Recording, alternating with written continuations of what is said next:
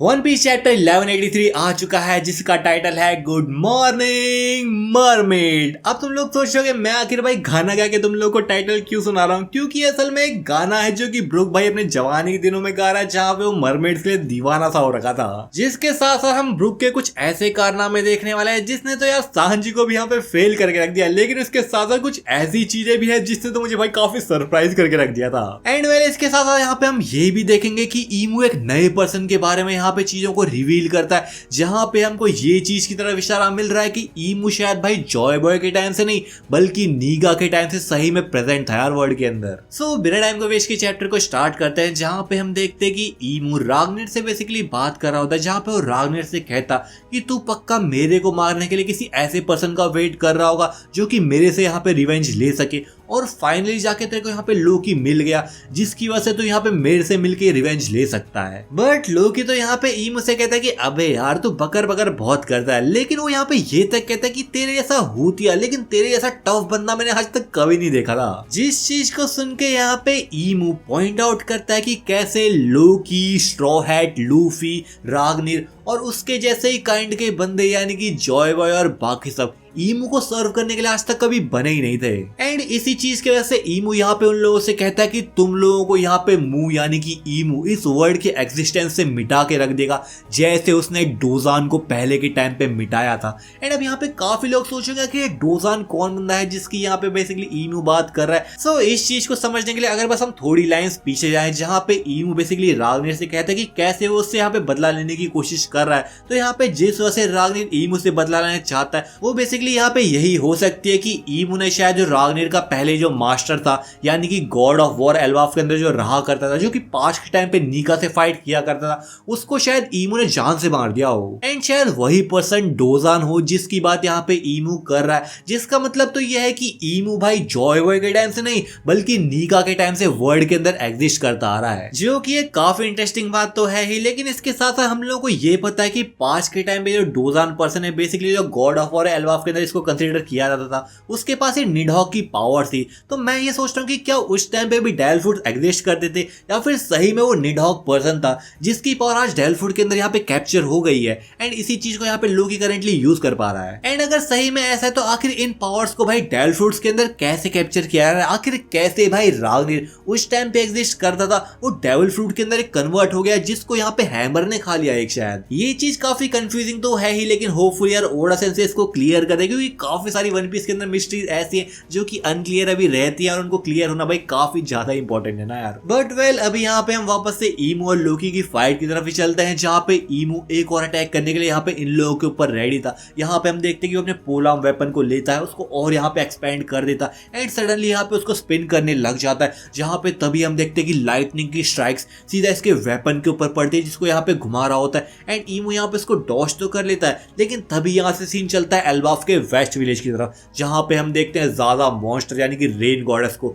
जिसने यहाँ पे 7 बच्चों को किडनैप कर लिया और पूरे यहाँ पे विलेज के ऊपर बाढ़ ला दी है। जिस चीज को देख के सारे जो पेरेंट्स है, सारे जो गार्डियंस है, सारी जो मॉम्स है अपने जो बच्चे उनको यहाँ पे प्रोटेक्ट करने का ट्राई करे, उनको यहाँ पे सेव करने का ट्राई करे, लेकिन ऑब्वियसली उन लोगों को यहाँ पे काफी मुश्किल हो रही है। जहाँ पे हम देखते हैं कि चॉपर यार सब लोगों को रोकने की कोशिश कर रहा है, क्योंकि जस्ट अभी अभी उन लोगों को भाई चॉपर ने यहाँ पे ट्रीट किया है, ब्लड ट्रांसफ्यूजन किया है, जिस चीज को लेके यहाँ पे चॉपर कहता है कि अगर तुम लोग यहाँ पे ऐसे ही करते रहे तुम लोग यहाँ पे मारे भी जा सकते हो। बट वेल यहाँ पे सारे पेरेंट्स, सारी जो मॉम्स है वो सिंपली यही कहती कि अगर यहाँ पे हम अपने बच्चों को सेव नहीं कर पाए तो हमारे जीने का फायदा ही क्या है। सो यहाँ पे हम यही देखते कि सारी की सारी मदर्स ज़ाज़ा मॉन्स्टर से फाइट करने के लिए उसके सामने यहाँ पे आ खड़ी होती है, जहाँ पे ज़ाज़ा मॉन्स्टर अपनी वाटर वाली पावर्स को यूज कर रही है, इन लोगों के ऊपर पानी की बौछार छोड़ रही है, लिटरली बाढ़ से यहाँ पे डुबा रही होती है। एंड इसी चीज को यहाँ पे किलिंगा भी नोटिस कर रहा था, जहाँ पे वो देखता है कि 7 बच्चों को यहाँ पे ज्यादा ने किडनैप कर लिया, जहाँ पे उसको ऑर्डर देता कि इन बच्चों को लेके शिप के पास चल, क्योंकि ऑब्वियसली उन लोगों को किडनैप करके उन लोग यहाँ पे ट्रांसपोर्ट करना है ना यार बच्चों को। जहाँ पे तभी हम देखते कि सांजी भी एंड मोमेंट पे आ पहुंचता है और वो यहाँ पे ये सब सीन को देख के कंफ्यूज लग रहा था कि आखिर यहाँ पे भाई विलेज के अंदर चल क्या रहा है, या आखिर मॉन्स्टर कौन है यार यहाँ पे इसके आगे। जहाँ पे अभी हम सांजी को फाइट करते हुए तो नहीं देखेंगे, लेकिन क्या यहाँ पे ऐसा हुआ कि सांजी एक लड़की,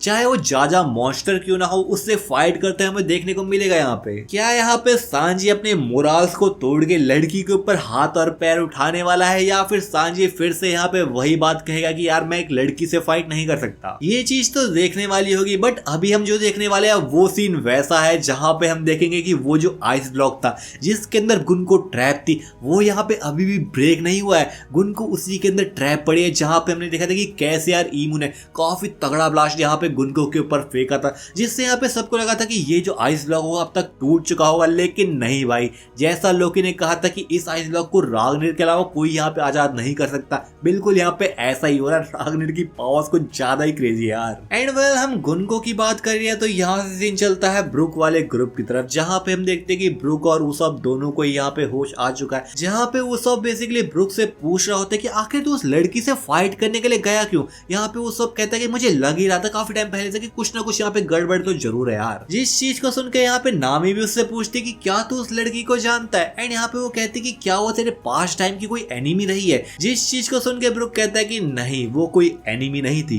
बल्कि कोई ऐसी पर्सन थी जिसको वापस देखना कभी ब्रुक ने इमेजिन ही नहीं किया था। जिसके साथ साथ ब्रुक यहाँ पे ये भी कहता है कि अभी जो करंट सिचुएशन चल रही है इसने यार मुझे यहाँ पे कंफ्यूज करके रख दिया है, क्योंकि अगर ये सही में वही पर्सन है जिसके बारे में वो सोच रहा है, यानी कि उसके किंगडम की एक प्रिंसेस जिसका नाम बेसिकली आगे यहाँ पे रिवील कर दिया गया था, जो कि प्रिंसेस शूरी है, पहले भी यहाँ पे रिवील कर दिया गया है आई गेस। सो यहाँ पे ब्रुक यही कहता है कि अगर सही में ये वही पर्सन तो इसको तो यार कम से कम 77 ईयर्स का होना चाहिए था, लेकिन यहाँ पे इसको देख के बिल्कुल भी ऐसा नहीं लगता। जिस चीज को देख के नामी भी कहती है कि फिर तो ऐसा हो सकता है कि ये कोई और पर्सन रही होगी, क्योंकि इसका 77 ईयर्स का लगना बिल्कुल भी पॉसिबल नहीं लग रहा है। और वैसे भी ये तो एक सेलेस्टियल ड्रैगन है ना यार। जहाँ पे ब्रुक उन लोगों के आगे रिवील करता कि ये लड़की उसके होमलैंड की एक प्रिंसेस हुआ करती थी, लेकिन जब से वो होली लैंड के अंदर गई थी उसके बाद से आज तक ब्रुक ने कभी उसको देखा ही नहीं था। जिसके साथ साथ काफी टाइम पहले ये भी मेंशन किया गया था कि प्रिंसेस शूरी को फादर किलर के नाम से जाना जाता है। अब यहाँ पे ब्रुक ने इस चीज की बात तो नहीं करी है, लेकिन मे बी इस चीज को आगे काफी जल्दी जस्टिफाई किया जाएगा। एंड इसी बीच यहाँ पे हम देखते कि फ्रैंकी उन लोगों के पास दौड़ता हुआ आता है और वो गुनको की बेसिकली बात कर रहा था, बेसिकली शूरी की बात कर रहा था कि कैसे अभी भी वो यहाँ पे जमी हुई है। उसकी हालत का कुछ कहा तो नहीं जा सकता कि वो जिंदा है या फिर मरने वाली है, लेकिन अगर जल्दी यहाँ पे कुछ नहीं किया गया तो उसकी हालत का कुछ कह नहीं सकते कि कैसे यहाँ पे बिगड़ सकती है। सो अभी बाकी सारे जो स्ट्रॉ हैट्स है वो इसी कंक्लूजन पे आते हैं कि चाहे कोई भी हो, चाहे तो उस पर्सन को जानता हो या फिर नहीं जानता हो, यहाँ पे ये तो फैक्ट है कि उस पर्सन ने यार एल्बाफ के ऊपर और हम लोगों के ऊपर अटैक किया है। लेकिन फिर ब्रुक यहाँ पे एक और बार गुनको या शूरी को डिफेंड करने का ट्राई करता है, जहाँ पे वो कहता है कि हाँ मैं जानता हूँ कि उस पर्सन ने यार एल्बाफ के ऊपर अटैक किया था, लेकिन वही वो पर्सन है जिसने हम लोगों को यार उस रोप से आजाद किया। बेसिकली यहाँ पे ब्रुक बात कर रहा है कि कैसे यार खुद ब खुद जो गुनको के एरोस थे वो यहाँ पे लूजन अप हो चुके थे, जिस चीज की वजह से यहाँ पे स्ट्रॉ हैट्स आजाद हो पाए। जिस चीज को लेकर ऑब्वियसली यहाँ पे ब्रुक को लगता है कि शूरी ने उन लोगों को आजाद करवाया है, लेकिन उस वक्त तो यहाँ पे अभी भी कॉमेडी करने से बाहर नहीं आएगा। ही वाज लाइक वो तो मेरी साइकिक पावर थी ना जिसने हम लोगों को आजाद कर दिया। अबे भाई उस यहाँ मस्ती मत करवाई तू। बट एनीवेज फिर भी यहाँ पे ब्रुक यही कहता कि अगर सही में वो हमारी एनिमी होती तो आखिर वो हम लोगों को आजाद क्यों करती।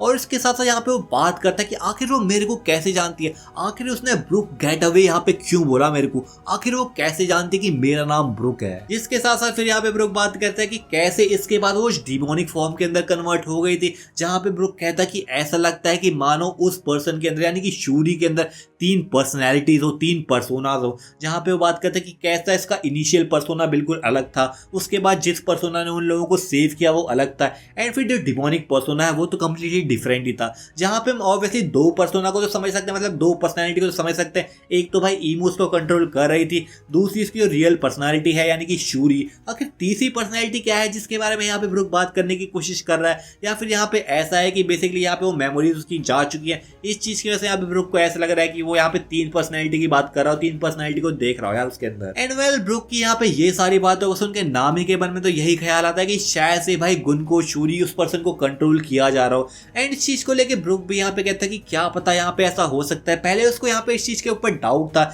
लेकिन जब से आप इसने एल्बाफ के अंदर लोगों को भाई डिमोनिक फॉर्म के अंदर कन्वर्ट होते हुए देखा, ईमू के कंट्रोल के अंदर आते हुए देखा, ब्रुक भी यहाँ पे इस चीज को कहीं ना कहीं मानने लगा है कि वो शूरी है जिसको यहाँ पे कंट्रोल किया जा रहा है। बट फिर ब्रुक की बात बातों को बीच में काटते हुए यहाँ पे जिम्बे कहता है कि अबे यार चलो जो भी हो, चाहे तू उस पर्सन को जानता हो या फिर नहीं जानता हो, तेरे को यहाँ पे इस चीज को डिसाइड करना ही पड़ेगा कि क्या हमको उसको अलाइव छोड़ना है या फिर उसको यहाँ पे खत्म करके रख देना है, क्योंकि अगर जल्दी यहाँ पे अपने डिसाइड नहीं किया तो फिर तो यार काफी देर हो जाएगी यहाँ पे। जिस चीज को सुन के यहाँ पे ब्रुक अपनी कहानी की शुरुआत करता है, जहाँ पे वो कहता है कि आज से कई साल पहले, यानी कि आज से 70 साल पहले की ये बात है, जहाँ पे ये बात है एस्पेरिया नाम के किंगडम की, जो कि ब्रुक का होमलैंड हुआ करता था। एंड सीन सडनली चलता है फ्लैशबैक की तरफ, जहाँ पे हम देखते हैं कि एस्पेरिया किंगडम की छत के ऊपर सुबह के 4 बज रहे हैं। एंड सुबह के 4 बजे ब्रुक क्या कर रहा है? ब्रुक भाई लिटरली छत के ऊपर खड़ा होके यहाँ पे गला फाड़ फाड़ के गाना गा रहा है, वो भी मरमेड्स के ऊपर,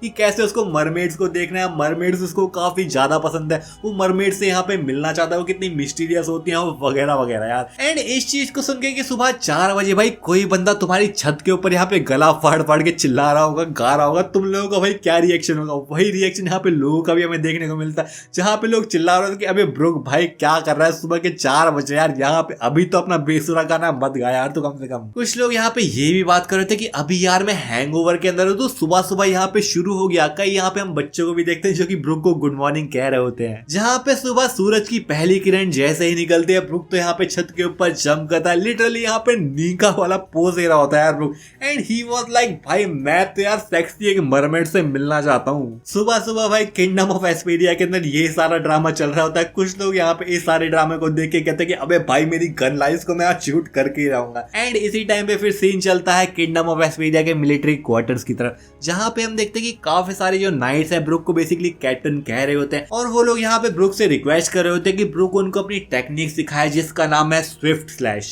बट ब्रुक भी लाइक तुम लोगों को नई टेक्निक सीखनी है मुझसे, अबे जाके पहले अपने जो बेसिक्स है उनको तो सही करके उसके बाद आना मेरे से सीखने के लिए। एंड इसी टाइम पे यहाँ पे हम देखते हैं कि ब्रुक एक काफी छोटी सी लड़की का हाथ पकड़ के गार्डन में घूम रहा होता है, उसके साथ बातें कर रहा होता है, एंजॉय कर रहा होता है, गाना गा रहा होता है, बिंग साके गा रहा होता है, जहाँ पे हम ये देखते हैं कि ये लड़की और कोई नहीं बल्कि किंगडम ऑफ एस्पेरिया की प्रिंसेस शूरी है, जिसको करेंटली हम गुनको के नाम से जानते हैं। एंड यहाँ पे हमको वही सिमिलैरिटी देखने को मिलती है जिसके बारे में ब्रुक बात कर रहे थे कि कैसे गुनको और जो प्रिंसेस शूरी की आंखें बिल्कुल सेम है, यानी कि ट्विन कलर्स की हैं। सो यहाँ पे ब्रुक और शूरी एंजॉय कर रहे होते हैं। एंड यहाँ पे हम ब्रुक के जवानी के दिन देखते हैं, जहाँ पे बस वो 20 साल का है और किंगडम ऑफ एस्पेरिया के रॉयल एस्कॉर्ट कॉर्प्स का कैप्टन है। जहाँ पे स्टोरी के अंदर फर्स्ट टाइम ऐसा हो रहा है कि हमें ब्रुक की भाई डायरेक्टली आंखें देखने को मिल रही है। हाँ, हमने उसकी स्केलेटन वाली आंखें तो ऑब्वियसली देखी है, लेकिन यहाँ पे ऐसा पहली बार हो रहा है कि हमको ब्रुक की भाई यहाँ पे नेकेड आइज देखने को मिल रही है यार। सो जो किंगडम ऑफ एस्पेरिया है उसको किंगडम ऑफ इंस्ट्रूमेंट के नाम से जाना जाता है, जहाँ पे ऑब्वियसली ब्रुक को भी गाने का काफी ज्यादा ही शौक था, लेकिन पहले के टाइम पे ब्रुक भाई ऑब्वियसली उतना सुरीला नहीं था, जिस चीज को लेके यहाँ पे प्रिंसेस शूरी बात करती है कि धीरे धीरे यहाँ पे इम्प्रूव कर रहा है, बिल्कुल उसकी मदर की तरह। एंड वेल प्रिंसेस शूरी को अपनी मदर की बात करते सुन यहाँ पे ब्रुक की आंखें भाई सडनली हर्ट के अंदर कन्वर्ट हो जाती है, जहाँ पे हम देखते हैं कि ब्रुक उसकी मदर की बात कर रहा होता है कि कैसे वो सुपर स्ट्रॉन्ग है एंड उसका नाम बेसिकली लेडी कैंडल है, जहाँ पे ब्रुक कहता है कि वो तो यार मेरी लाइट ऑफ लाइफ है। जिस चीज को सुन के शूरी भी लाइक किसी और की वाइफ के प्यार में गिरना ये तो काफी डेंजरस है, बट ब्रुक भी लाइक डेंजरस,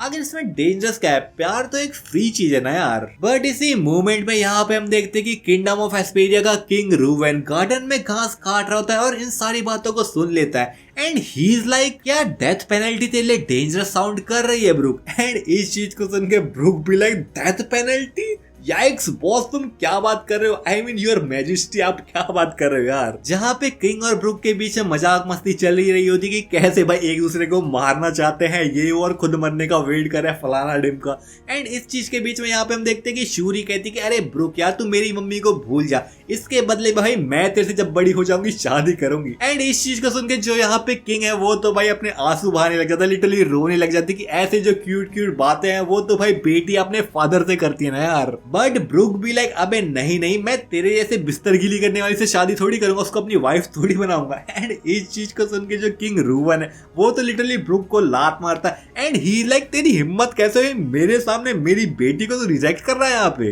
बट ब्रुक भी यहाँ पे डायलॉग मारता है कि मैं तो यार बस एक ही वुमेन के लिए यहाँ पे डिवोटेड हूँ और वो है क्वीन कैंडल। ब्रुक यहाँ पे लिटरली सांजी को भी फेल कर रहा है यार। बट इसी मोमेंट में यहाँ पे हम देखते कि एक गार्ड सडनली यहाँ पे आता है और उन लोगों को यहाँ पे इन्फॉर्म करता था कि एक जो गैंग है वो यहाँ पे पोर्ट से भाई टाउन की तरफ काफी तेजी में बढ़ रहा है, जहाँ पे वो कहता कि एस्कॉर्ट कॉर्प्स यहाँ पे टाउन के अंदर तो है लेकिन वो काफी हद तक यहाँ पे आउट नंबर हो रहे हैं और जब तक यहाँ पे वो रीइंफोर्समेंट भेजेंगे काफी यहाँ पे उसको टाइम लग जाएगा यार। जिस चीज को सुन के यहाँ पे किंग बेसिकली उससे पूछता कि आखिर उन लोगों का टारगेट क्या है, जहाँ पे सिंपली वो लोग बात करते कि कैसे उन लोगों का टारगेट और कोई नहीं बल्कि क्वीन कैंडल है। जिस चीज को लेके किंग यहाँ पे कहता कि क्या वो मूरॉन नाम के पर्सन का गैंग है, जहाँ पे वो कहता कि काफी टाइम से जो मूरॉन नाम का पर्सन है वो क्वीन कैंडल के पीछे पड़ा हुआ है। सो किंग यहाँ पे ऑर्डर देता कि जल्दी से जो ओपेरा हाउस है जहाँ पे बेसिकली अभी क्वीन ठहरी हुई है वहां पे मैसेज किया जाए, ट्रांसपोंडर स्नेल से मैसेज भेजा जाए। लेकिन यहाँ पे बताया जाता है कि जो ट्रांसपोंडर स्नेल है ओपेरा हाउस के अंदर उसको यहाँ पे साइलेंट करके रखा गया है,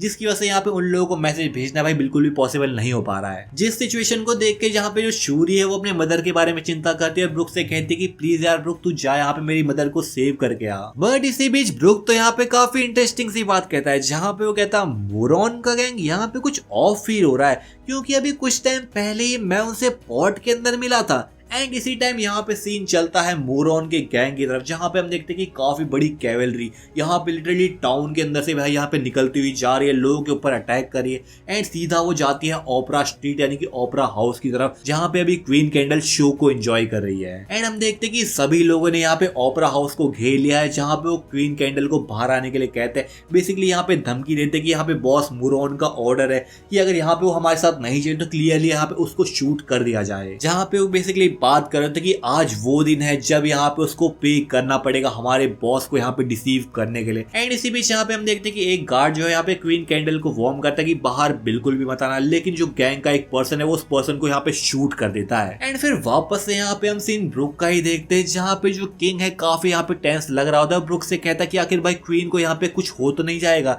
जहाँ पे ब्रुक उसको ठंड रखने के लिए कहता है, उससे कहता है कि अबे यार ठंड रख, जो हमारी क्वीन है वो काफी ज्यादा स्ट्रॉन्ग है, उसको यहाँ पे किडनैप करना इतना भी इजी नहीं है। जिसके साथ साथ ब्रुक तो यहाँ पे ये तक कहता कि मोर इम्पोर्टेंटली उनका फेलियर इस चीज को नोटिस करना काफी कंसर्निंग है। वो लोग कुछ टाइम पहले मेरे से पोर्ट के अंदर मिले थे, लेकिन इसके बावजूद भी अभी तक वो इस चीज को नोटिस नहीं कर पाए हैं कि मैंने उन लोगों को काफी टाइम पहले ही स्लाइस करके रख दिया था। एंड इसी मूवमेंट पे यहाँ पे हम देखते सारे गैंग मेंबर्स को जो कि एक एक करके खुद ब खुद भाई यहाँ पे कटते चले जा रहे हैं, मानो किसी ने उन लोगों के ऊपर तलवार से अटैक किया, जहाँ पे उनको बीच से काट के रख दिया। एंड सारे के सारे बंदे एक एक करके ढेर हो गए। जिस चीज को देख के आसपास के जो सभी लोग थे कंफ्यूज लग रहे थे पहले कि आखिर ये हुआ तो हुआ क्या, लेकिन फिर सभी यहाँ पे बात करने लगते कि अगर यहाँ पे ये लोग कट गए हैं तो इसका मतलब इन लोगों के ऊपर ब्रुक ने अपनी स्पेशल टेक्निक को यूज किया होगा। एंड लिटरली ब्रुक ने जो ऑरा फॉर्म किया है ना यार, यहाँ पे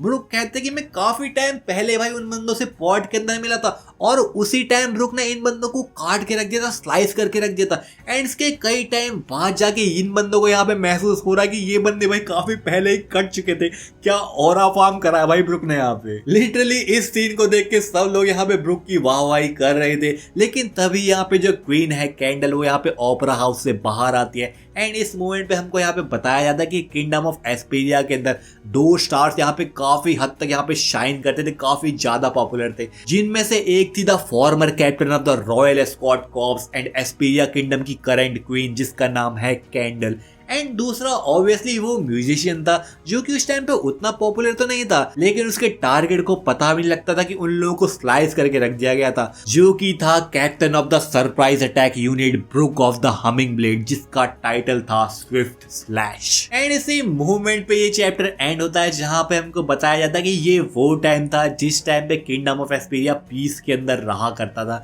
लेकिन इसके बाद आखिर किंगडम ऑफ एस्पेरिया के अंदर आखिर क्या हुआ, कैसे यहाँ पे जो शूरी है उसको फादर किलर का टाइटल मिला, कैसे वो होली लैंड के अंदर आई, कैसे वो गुनको के अंदर कन्वर्ट हुई, कैसे वो करंट टाइम के अंदर गुनको है, इन सब बातों को हम काफी जल्दी जानेंगे। ऑब्वियसली यार तुम लोगों को भी काफी चीजों को जानना होगा। हाँ मुझे पता है काफी हद तक काफी लोगों को यार फ्लैशबैक थोड़े बोरिंग लग सकते हैं, लेकिन फ्लैशबैक भी यार स्टोरी का एक काफी मेजर और काफी बड़ा पार्ट है ना यार। सो होप करता तुम लोगों को वीडियो पसंद आई हो। अगर पसंद आई वीडियो को लाइक करना, चैनल सब्सक्राइब करना बिल्कुल मत भूलो यार। हम लोग 50,000 सब्सक्राइबर के काफी ज्यादा क्लोज है, कर दो यार सब्सक्राइब। मैं मिलता हूँ तुमसे ऐसी और वीडियोस के अंदर, तब तक के लिए सायोनारा।